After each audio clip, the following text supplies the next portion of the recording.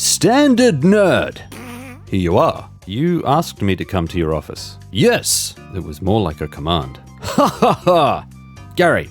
Yes? How's work? It's okay. Is it, Gary?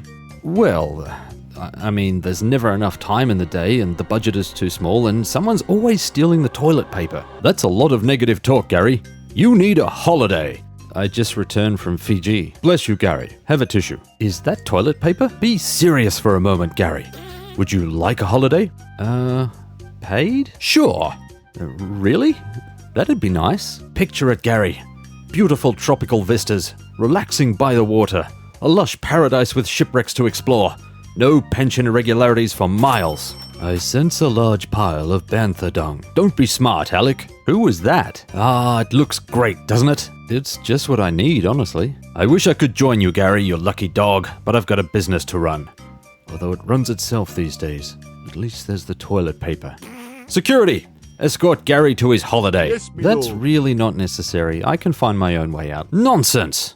Gary, one last thing. Yes? I expect you to work as a team. What? I thought I was going on holiday. You are! But Rome wasn't built in a day, Gary. Team. I love the word team, Gary. If you can't work as a team, you're fired.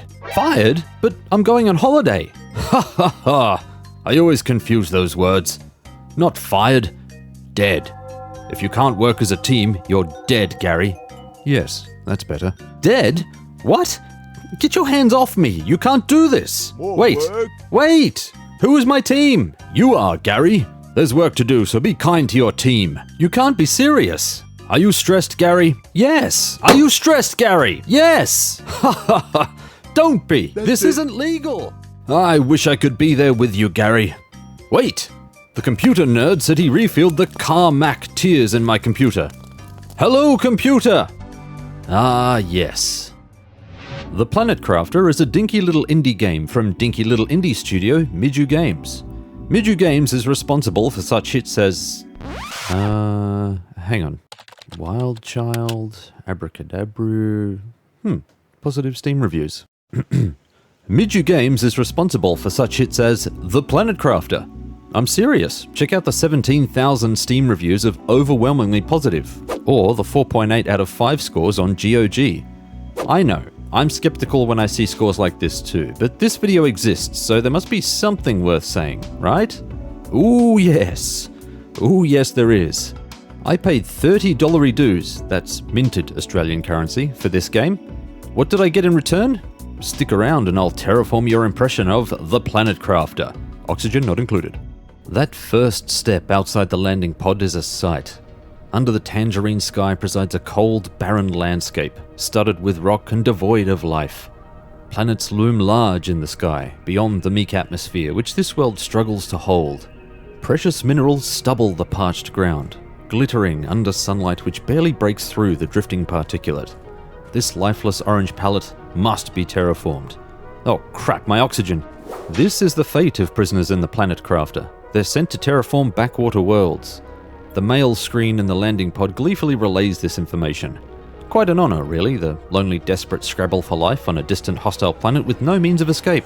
In the opening seconds, the player is slapped with the sheer Everest of their task. Oxygen drains quick, barely enough for a dive into the dust to examine rocks before the alarm sounds and it's back to the cramped safety of the landing pod. A blue crate inside the pod invites examination. Food, water, and too little of either. The health and hydration bars slowly drain as players decide what to do next. These opening moments define the survival genre, but it hits differently in the Planet Crafter. Players are stranded on a planet absent of water, plants, and animals. There's no berries to forage, rodents to hunt, or streams to fish. A lean-to made from sticks ain't gonna cut it. So, what to do? What to do? Teamwork, Gary! The Planet Crafter is in early access, but it already has an intuitive way of introducing players to survival basics. My early playthrough began with familiarization. The first hurdle was the keyboard mapping. A tap of the escape key solved that issue. Significant actions were listed in the menu screen and there weren't many to remember. Bravo! I tried the build key, but I was missing a construction chip. The crafting objectives in the top left included a construction chip. I noticed a powered machine in the landing pod, so I used it. A line of devices appeared and the construction chip was among them. I hovered over the chip and a list of raw materials was displayed. A concrete goal with concrete requirements. I could manage that. Armed with this information, I strode into the wasteland with much swagger.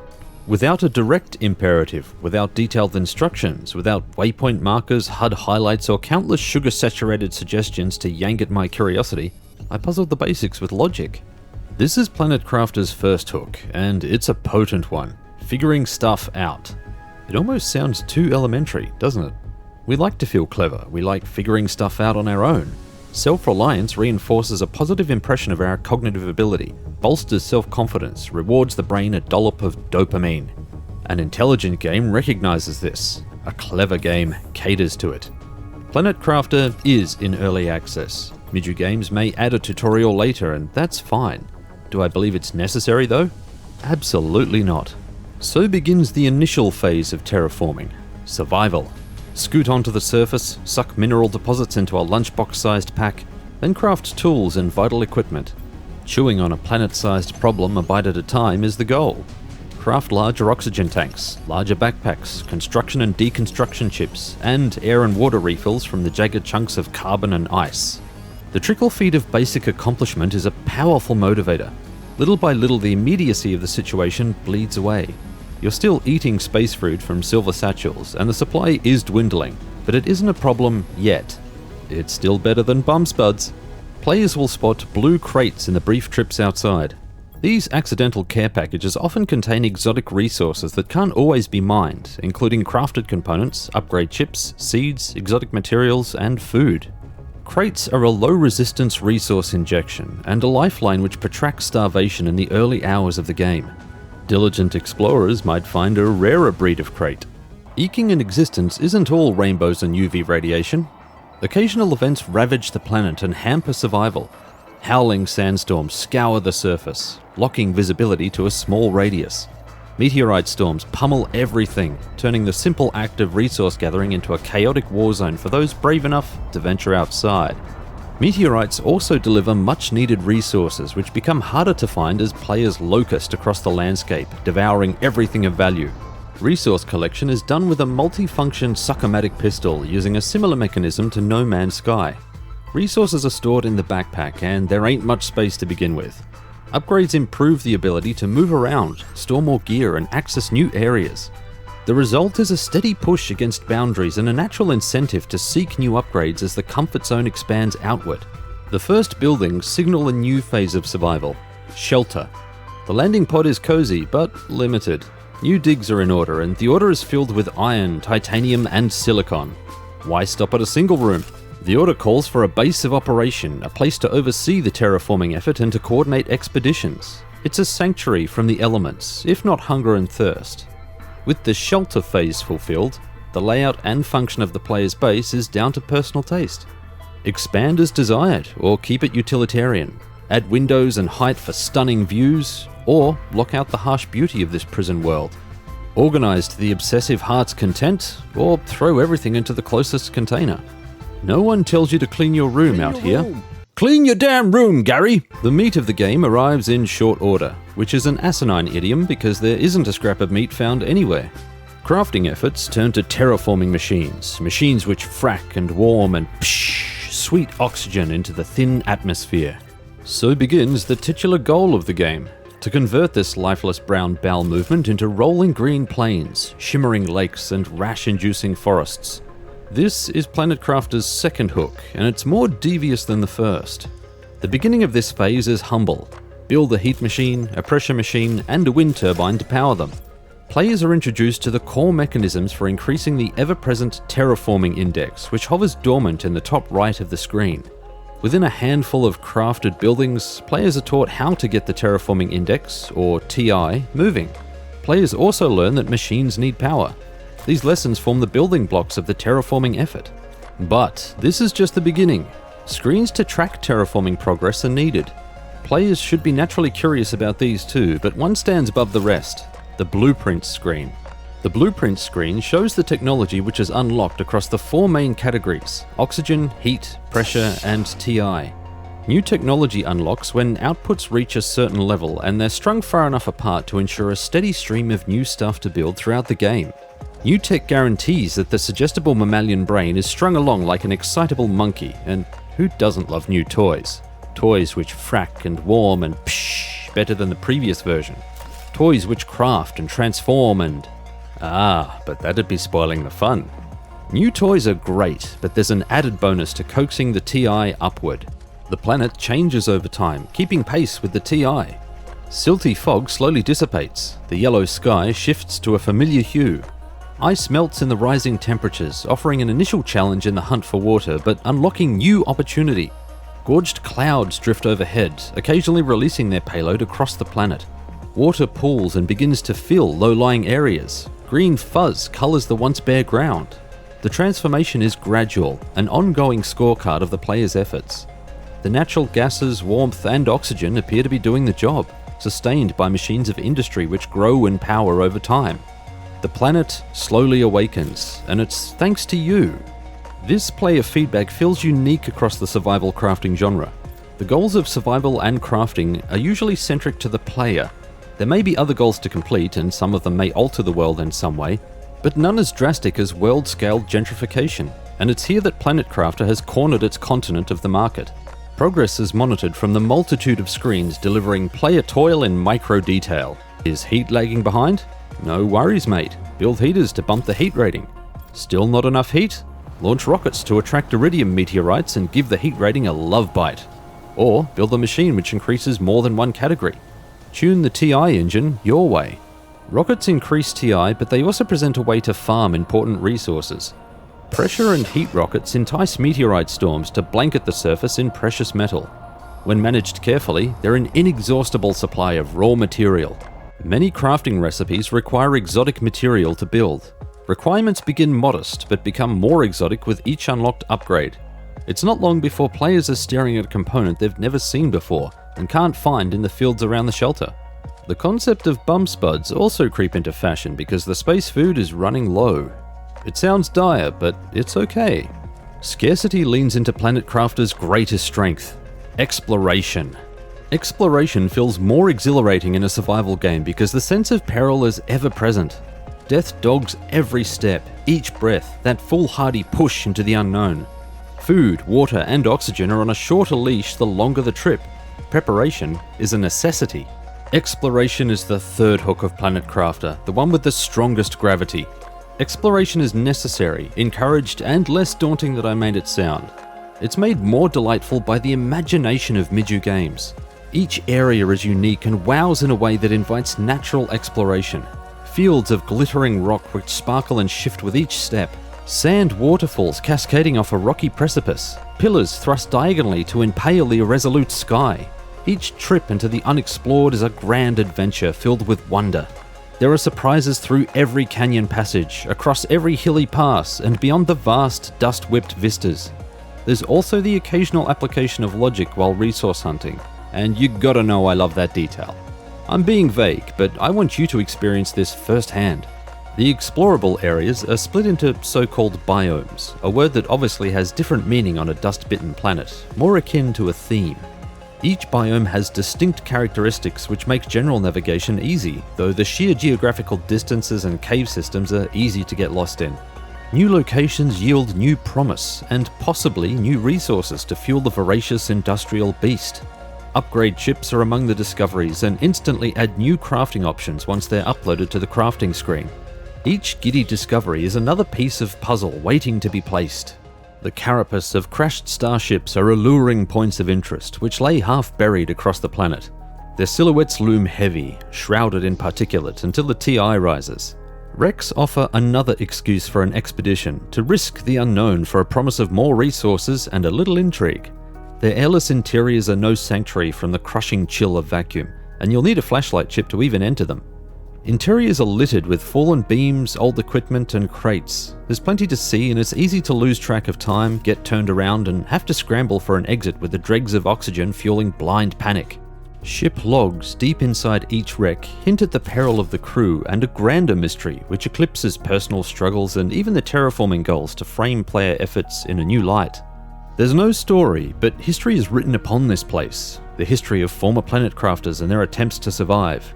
The history of an older truth, its breadcrumbs spread far and wide for intrepid explorers to puzzle over. It isn't an earth-shattering revelation, but each piece of the puzzle is a welcome teaser to continue the chase for answers. That's what I love most about Planet Crafter. There's always something interesting to find for the trailblazer who loves sticking his nose into every cave and canyon. Each biome has secrets to unearth, and I was surprised on more than one occasion when I thought to myself, they won't let me go there, only to cross that threshold and have a brand new area open before me. Discovery hasn't felt this fun in a while, and Planet Crafter pleasantly surprised with its eagerness to fulfill those pioneering desires. There's even cheeky Easter eggs to discover. A big appeal of survival games is the challenge of starting over, of finding fresh ways to just barely scrape through on the pungent odor of death constantly dogging a threadbare survival, like the end is only a failed match or misplaced hatchet away. Planet Crafter never feels like this. The survival aspect, beyond oxygen requirements in vacuum, are a light touch and never overshadow exploration or crafting. Planet Crafter has multiple difficulties and alternate starting locations which can increase the initial difficulty by limiting resources and what the player can do, but the game is more casual than its hardcore counterparts, and it boldly leans into this. I'm on the fence about whether I like this laid-back design. Planet Crafter has a great potential to present the isolation of the setting as a very deep hole with a faint pinprick of light at the top, and have the player claw their way out on bloodied fingernails.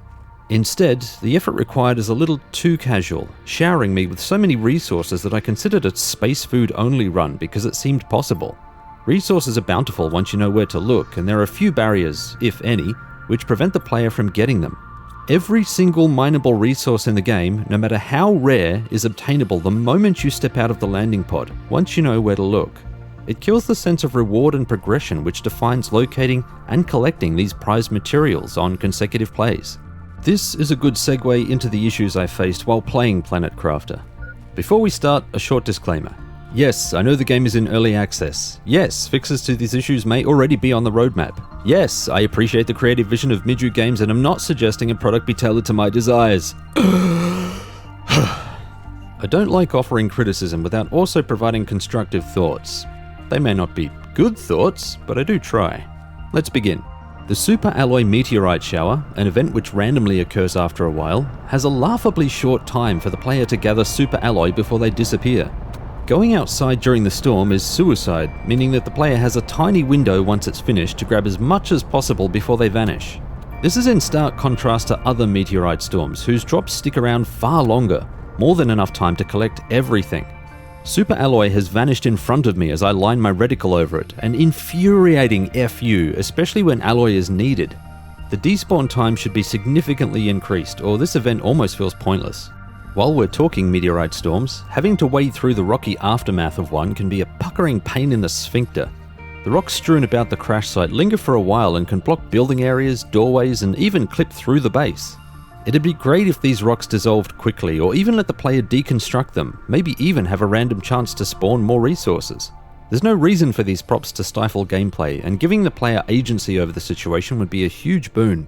Physics in Planet Crafter is strange. Meteorite crash sites are surrounded by immovable rock, but a single lava on a launch pad is enough to knock a multi-ton rocket off its launch trajectory and into some damn comical flight paths. And what's up with the sudden attack of the gravities when gliding off cliffs? There are very noticeable texture seams in some areas, and pop-in is aggressive at times. It's not a problem per se, but it's damn noticeable when it happens. The pop-in is sometimes so disjointing that an area may look vastly different within a handful of meters. This may be related to how biome detail is loaded when transitioning from one area to another, but this is a technical issue best left for the devs to pick through. These things never spoil the experience and they don't pop up often, but they're worth pointing out. I also experienced an issue when crafting the level 2 flower spreader before I had unlocked the level 1 flower spreader. The GOG achievement for crafting a flower spreader didn't unlock. I had to unlock and craft the L1 upgrade. I only realized that this was a problem when I checked GOG and saw that the flower spreader achievement was missing. Finally, I noticed, entirely by accident, that the trees phase of terraforming had come and gone and not a single tree was planted. This got me wondering about the TI score and its role in the game. So, I did what any Aussie nutter would do. I conducted an experiment which lasted far too long, and involved entirely too much tedium. Much piss was sunk on those long, lonely days. The goal? To increase the TI using only pressure and a little heat. I had to unlock the vegetable grower or I couldn't sustain the run. This required an initial increase in oxygen, but I immediately stopped it once the vegetable grower was unlocked. The oxygen score never increased after that. I got busy crafting a sea of fracking machines and generators. I amplified this strategy with pressure rockets. Lots of pressure rockets. Having explored the planet early, and after hours of repeating the Minecraft power launch cycle, I finally reached breathable atmosphere phase. I passed through the blue sky, liquid water, trees, and insects phase to get here. I got high quality H2O without the O. This didn't ruin the experience, but it's a big narrative disconnect between the campaign goals, the function of the technology, and what's actually required to advance through terraforming phases. It plays into expected engagement, that is, enjoying a game on its own terms. You're expected to build all the tech to increase pressure, heat, and oxygen simultaneously. That's the way the Planet Crafter is meant to be played. However, I didn't go out of my way to uncover this dissonance, not at first. It found me, and I tugged on the thread to see where it went. This could be fixed with objectives during each terraforming phase, which must be completed to advance. An expanded system could include choke points where certain metrics grind to a halt until technology or output quotas are met, like crafting 6 tree planters, or crafting 5 algae machines, or building a 500 kilowatt hour of surplus energy, or building 5 heat rockets. The sky's the limit. That was a long description, so let's move to my suggestions. The green fuzz which appears across the planet is a green shader. The cracked ground is still visible underneath, even when the color deepens, which is an odd juxtaposition and hard to forget once it's noticed. A mossy or grassy texture would better sell the idea of new growth. Plants don't have enough utility, aside from a couple which are used in crafting. This leads to slotting the plants with the highest oxygen output into plant spreaders and forgetting the rest. Sure, you could plant them all, but wouldn't it be more interesting if they had other uses too? The terraforming metrics don't have meaning outside their own context. For example, I couldn't tell you how much heat 50 UC is. How much is that exactly? Minus 20 Celsius? 2 Celsius? 20 Celsius? Could it heat my dinner? And how far is this to achieving an endgame heat level? It'd be great if there were more relatable ways of viewing this information. I felt as though the goal was to make the numbers spin as fast as possible and never consider what they were doing. Randomization would increase the shelf life of Planet Crafter. Randomized seeding of resources could create a dynamic difficulty scale to offer greater or lighter challenges. Dynamic crate drops would prevent players from rushing to known caches and exploiting prior knowledge of the environment. I'm sure that randomization could be applied in other areas to make replays more challenging and fun. Right now, building a structure involves picking the one with the highest output, which results in top-heavy optimal crafting. The old stuff becomes obsolete. Wouldn't it be interesting if devices could be linked together to provide additional output bonuses or other special effects? For example, linking 3 windmills and a nuclear reactor might increase the energy output of each device by 150%. Or linking a power plant to some pressure machines automatically drew nearby meteorite resources toward them. This system could be expanded to include secret upgrade unlocks when certain combinations are discovered, and could involve complex combinations to push TI optimization. This system would be a viable way to increase pressure, heat, and oxygen output without having to lean on the rocket apocalypse, and it would deepen the crafting loop by keeping lower tier technology relevant throughout the game. This last one is a big ask for a small team, and if they watch this video, I want them to know that this is a wish and not a realistic expectation. I'd love to explore different planets. Yeah, I know, Miju games are a 2-person team, but I can dream, can't I? And their eye for mystery and adventure is spot on. The verdict? I love this game. 60 hours of joy for $30 dues. I played 80 hours all up, which is why this preview took so long to release. If the Planet Crafter released tomorrow with only a handful of new features, I'd play it to completion and enjoy every second. A new update, Fish and Drones, has either just released or is about to release, and there are more ideas coming. I strongly recommend the Planet Crafter. It scratches the builder survivalist itch in a mysterious setting which begs exploration. I restarted multiple times, a clear personal tick that I was hooked, and lost myself in the joy of discovery, the satisfaction of progress, and the allure of the unknown. The light survival elements make Planet Crafter accessible to all, while still offering enough depth for a considered and planned approach to exploration. If you liked what you heard, grab your copy using the links to GOG or Steam in the description. If you didn't like what you heard, watch some gameplay footage. It's worth that much at least. And tell them that Blondie sent you. Was the intro skit a bit much? I would apologize if I was sorry. Have you already played the Planet Crafter? Drop into the comments and let me know what you think of this game. A meteorite shower of thank yous to all my patrons who helped bring you this video, and an extinction event thank you to I'm your Huckleberry supporter, Nosh. Patron support means that the lights stay on when YouTube cuts my power, so patrons are like a backup generator. Wait, that doesn't sound very kind. You're my life support, the breath in my lungs and the caffeine blazing in my veins during the late night edits. Invigorating. Patrons also have access to exclusive content, like the script for this video, as a way of saying thanks. If you'd like to see your name here, or want to support the channel, there's a link to my Patreon in the description. Links to Twitter, Discord, and my longplay channel Blondfire are also in the description. If you enjoyed this video, then meteorite that like button, subscribe to the channel, and shower the Blondie experience onto the parched earth of your online community. Look, I'd really appreciate it if you could share this video, okay? Let its iridium-riddled extraplanar orbit heat this digital expanse. Remember the cant. Thank you kindly for watching.